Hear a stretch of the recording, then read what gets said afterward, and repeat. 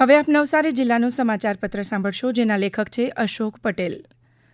December મહિનો પૂરો થવામાં છે, છતાં હજુ કડકડતી ઠંડીનો અહેસાસ થતો નથી. સ્વાભાવિક રીતે આ સિઝનમાં 2 વખત ગયા મહિને તાપમાનમાં 17 ડિગ્રી સેલ્સિયસ સુધી પહોંચ્યું હતું, પરંતુ આ સિઝનમાં સરેરાશ તાપમાન 3.5 ડિગ્રી વધુ રહેતા ઠંડીનો માહોલ હજી જામ્યો નથી. ઠંડી ઓછી રહેવાને કારણે હજુ આંબાવાડીઓમાં મંજરીથી ઝૂલતા આંબા જોવા મળ્યા નથી.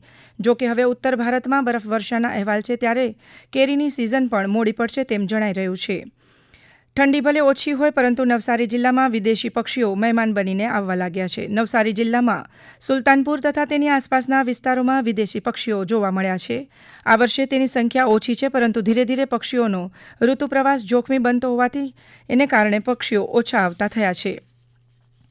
કેન્દ્રીય ચૂંટણી પંચ દ્વારા હાથ ધરવામાં આવેલી મતદાર યાદીની ખાસ સઘન સુધારણા કાર્યક્રમ SIR 2026 હેઠળ નવસારી જિલ્લાની ડ્રાફ્ટ મતદાર યાદી મુજબ જિલ્લામાં કુલ 10,95,900 મતદારો પૈકી 9,59,337 મતદારોનું ડિજિટાઇઝેશન પૂર્ણ કરીને ડ્રાફ્ટ યાદીમાં સમાવેશ કરવામાં આવ્યો છે, જ્યારે 1,36,563 મતદારોના નામો કમી કરવામાં આવ્યા છે. આ મતદારોમાં 17,135 મતદારો અબસેન્ટ, 67,779 મતદારોનો સ્થળાંતર, 44,202 મતદારોના મૃત્યુ પામેલ છે, જ્યારે 4,796 મતદારો ડુપ્લિકેટ તથા 2,651 અન્ય કારણોસર નામો કમી કરવામાં આવ્યા છે. આ ડ્રાફ્ટ યાદીમાં 9.59 મતદારો પૈકી 1,01,467 મતદારોની વિગતો 2002ની યાદીમાં નથી, જેની આ મતદારો નો મેપિંગની યાદીમાં રહેશે. પરંતુ જો મતદારનું નામ યાદીમાં ન હોય તો તેઓ મતદાર નોંધણી અધિકારી સમક્ષ ફોર્મ નંબર 6 બાહેંધરી ફોર્મ અને જરૂરી પુરાવા રજૂ કરીને મતદાર યાદીમાં નામ દાખલ કરાવી શકશે. કલેક્ટરે કહ્યું છે કે બીજા તબક્કામાં નો મેપિંગવાળા મતદારોને ERO AERO કક્ષાએથી નોટિસ આપીને પુરાવા રજૂ કરવામાં જણાવવામાં આવશે. નવસારી જિલ્લા ખાતે આયુષ્માન ભારત યોજના અંતર્ગત કુલ 7,73,535 જેટલા લાભાર્થીઓની નોંધણી થઈ છે.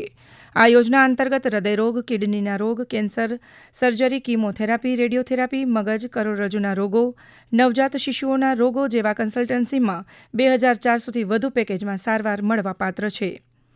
ચાલુ વર્ષ દરમિયાન વયવંદના કાર્ડમાં કુલ 7,489 જેટલા લાભાર્થીઓની નોંધણી કરી 100% કામગીરી પૂર્ણ કરાઈ છે.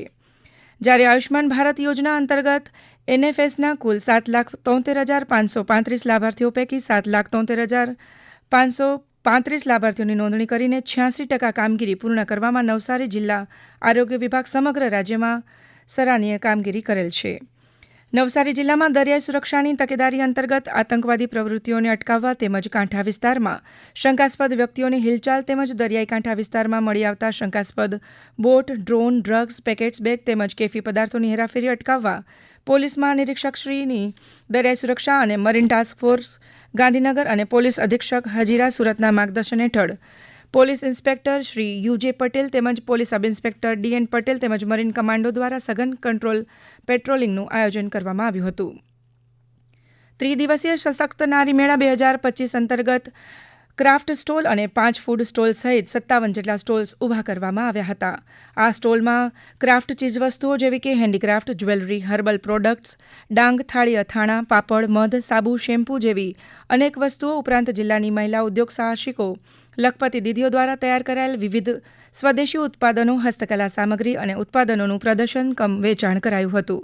આ ત્રિદિવસીય સશક્ત નારી મેળામાં અંદાજે ₹24 લાખનું વેચાણ થયેલ છે તથા અંદાજિત 23,000થી વધુ મુલાકાતીઓએ આ સ્થળની મુલાકાત લીધી છે.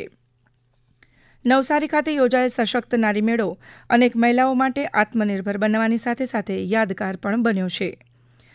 આપ સાંભળી રહ્યા હતા નવસારી જિલ્લાનું સમાચાર પત્ર, જેના લેખક હતા અશોક પટેલ.